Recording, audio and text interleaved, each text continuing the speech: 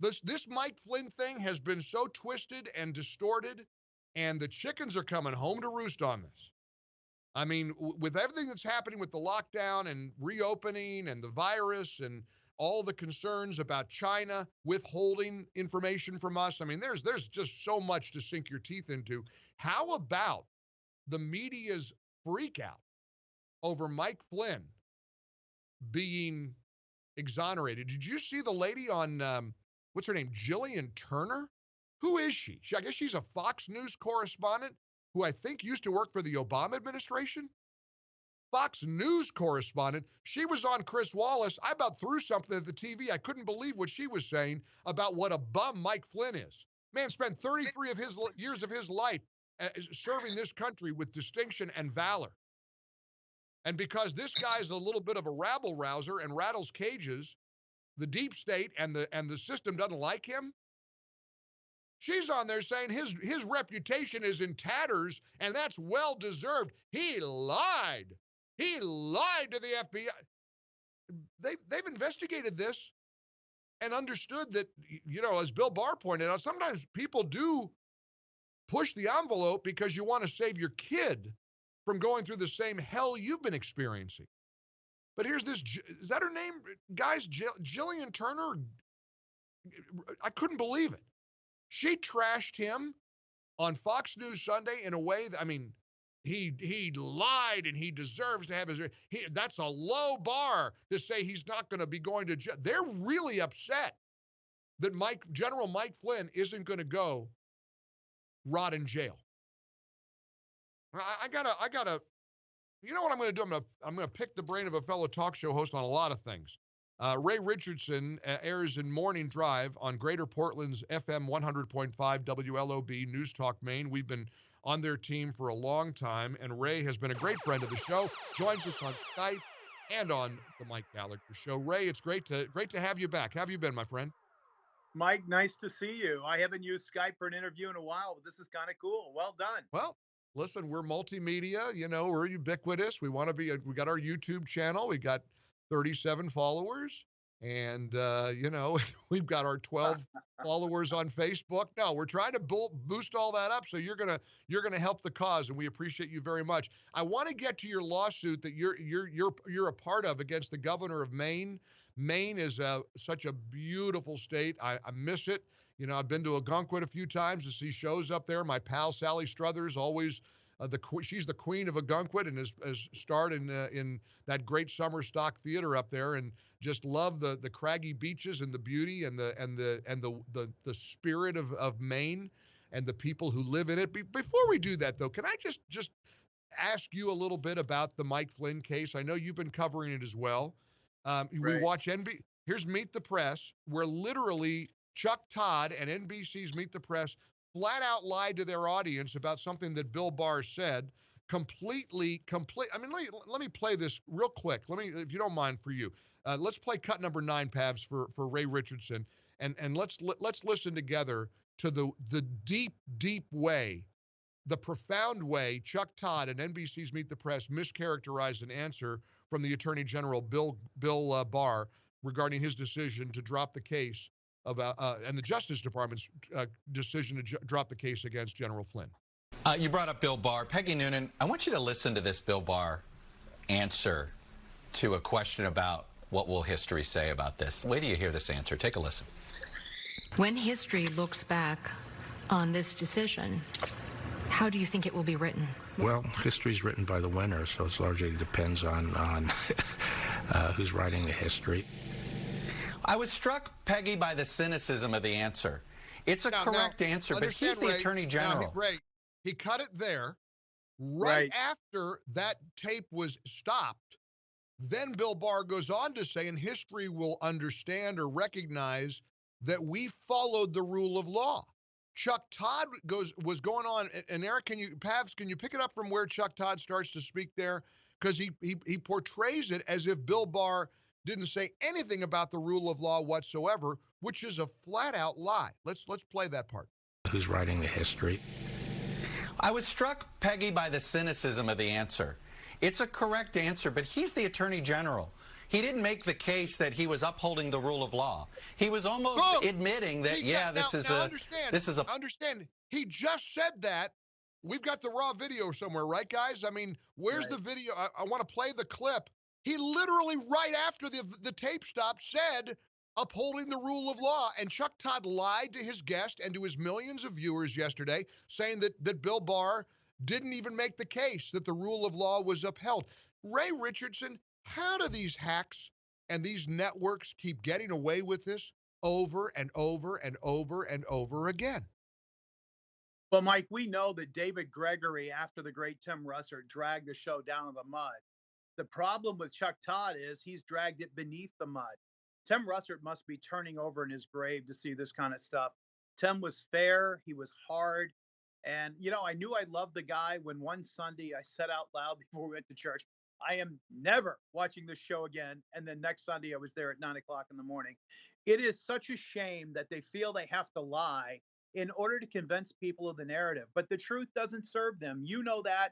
I know that. The truth just does not convince people of their false narrative. It's terrible. I mean, and it's kind of shocking when you say see how blatant it is. And we're going to play the clip so that people know exactly what I'm talking about. And I apologize. I mean, because right after Bill Barr, it's just stunning.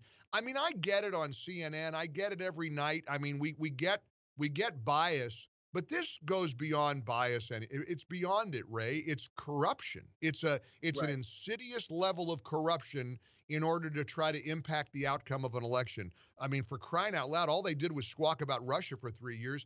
They're trying to take away an election because they're terrified that Trump's going to get reelected and Republicans are going to do well on November 3rd. Well, let's face it. I mean, what Chuck Todd has done is taken Meet the Press and turned it into nothing but a liberal propaganda show. It used to be something where you could learn things, but that's not what they do now. The worst part of it is Chuck Todd is also the NBC News political director, meaning he's supposed to be some semblance of a journalist. Clearly, he's nothing but a propagandist. Well, it's infuriating. We're going to dive into this, and we're going to do more of a deep dive. But let's also take a couple of minutes to talk about Governor Mills. Your governor there. A lot of Mainers are not happy with the governor, and you're part of a group of Mainers and small business owners who have filed a suit against Governor Janet Mills. Tell us about it, Ray.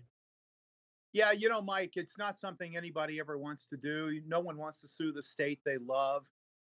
But after a lot of prayerful consideration, a lot of intellectual consideration, we just felt that Governor Mills is not working. She's not collaborating with industry leaders to try to find a way to reopen our economy in a credible, safe, and responsible way. She's focused solely on public health. But as you know, Mike, there is a public health component to economic health. Whenever we go into economic despair, a lot of bad things happen. Nationwide, hotline calls to mental health crisis hotlines are up over 1,200%. We're starting to see suicides as a result of this. So this is a very complex problem that we're dealing with here. There should be a holistic approach to it, but she's taken a very draconian approach to how we are reopening Maine, how we're addressing this public health issue. And the fact is, in Maine, we've had more businesses die than actual people. I don't want that to sound cynical, but you know, when you open a business, you open a dream. And when you close that business, the dream dies. People have their homes tied up. They have everything they have, including their blood, sweat, and tears in these businesses. And in 12 of our counties, she announced on Friday she was going to graciously begin to reopen retail today and maybe allow people to do some outside restaurant seating next week. But the truth of the matter is she was very clear that the stay-at-home order is still in effect. So I don't know who her customers are going to be. It's just a very inconsistent, discombobulated way to do anything. And if there were 4 options on the table, number 4 was the best, number 1 was the dumbest. She absolutely chose the dumbest approach. Ray Richardson's our guest. He's a talk show host on News Talk WLOB, Portland's new FM 100.5 WLOB. Ray, can you talk numbers for us about the state of Maine? Because based on her decisions and the very slow reopening process, you guys must just be racked with COVID-19 cases in Maine, right? No, actually, that's the very ugly truth. We're not. I think we've had about 1,200 total. About 700 have recovered. At the time of this most draconian order on April 28th, I think it was, we had 33 people in the hospital. Again, not minimizing the public health aspect of this, but this is not New York City, Boston, Detroit, Chicago, someplace like that. We have a vast geography here, Mike. We have very few people, 1.3 million people. Our second congressional district is the largest, from a geography standpoint, district this side of the Mississippi. I mean, social distancing above the Volvo line in Maine is a way of life. Right. I mean, but also, Ray, you can't minimize the impact of Maine's summer tourism industry. I mean, again, I Right. think of Ogunquit. I mean, I've been on those streets many Sure. times, on all the restaurants and the bars and the theater there. I mean, the shops. It's such, my gosh, what will summer look like for towns like Ogunquit and all the other towns in Maine if everybody is still locked down? Well, that's the issue. One of the things in her order is if you come to Maine, you have to quarantine for 14 days, and then once you've done that, you could go stay in a hotel if the hotel happens to be open. Many of them are not going to be allowed to be open. Here's Wow. the issue. There are some constitutional issues here. The right to freedom of religion, the right to peacefully assemble as we choose. This 14-day quarantine stops people from being able to freely roam around the country. But the biggest issue and the biggest failure that Governor Mills has had is she has not allowed industry leaders to be a part of the conversation. Steve Hewins is the head of Hospitality Maine. He's devoted his entire adult life to this industry. And he wrote a very credible plan 3 weeks ago to responsibly and carefully reopen our tourism business. And she outright rejected it. She did that with our retail association. She's done it with our restaurants.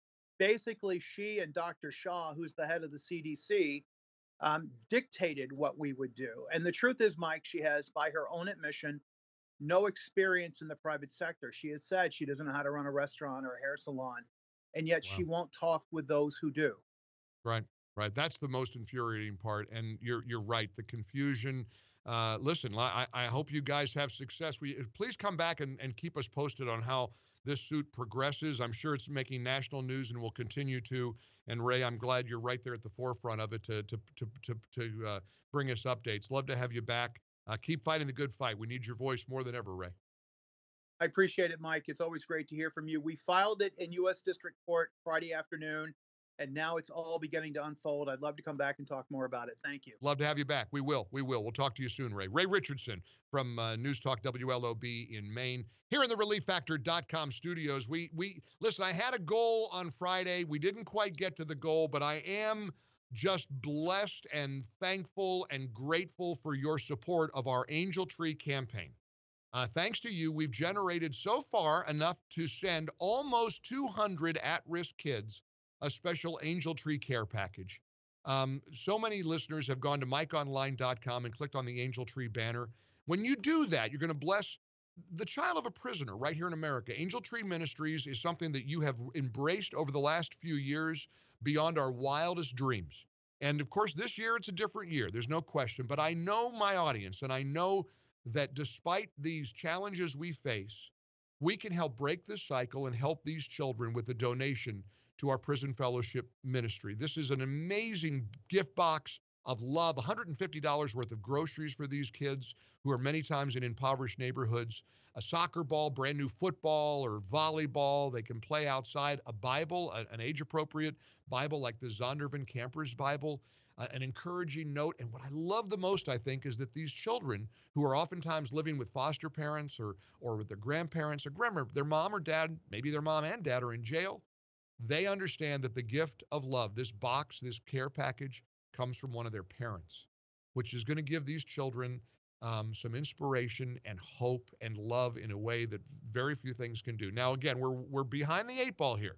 I think the last count is 194 kids, which is amazing, but our goal is 650. I need you. Every time in my career that I've come to this audience and said, won't you please donate, you do, to a great cause. You have to understand, these are always, this is a passion of mine. $200 will send a child a gift box. But as somebody pointed out, got a couple of emails over the weekend, Mike, I can't do 200, but I can do 50. Hey, whatever you can give is going to be a godsend. Please go to mikeonline.com, click on the Angel Tree Prison Fellowship banner, and donate whatever you can. I keep fantasizing about somebody who's really blessed and really well off, and they'll say, I'm going to put $5,000 on my Amex. I'm going to put 10 grand on there. I'm going to help a bunch of kids. Or I'm grateful for somebody who can put $20 or $10. Or again, $200 to send one of those boxes to an at-risk child who's the son or daughter of an American prisoner. Please go to mikeonline.com, click on the Angel Tree banner today, and thank you from all of us, The Mike Gallagher Show.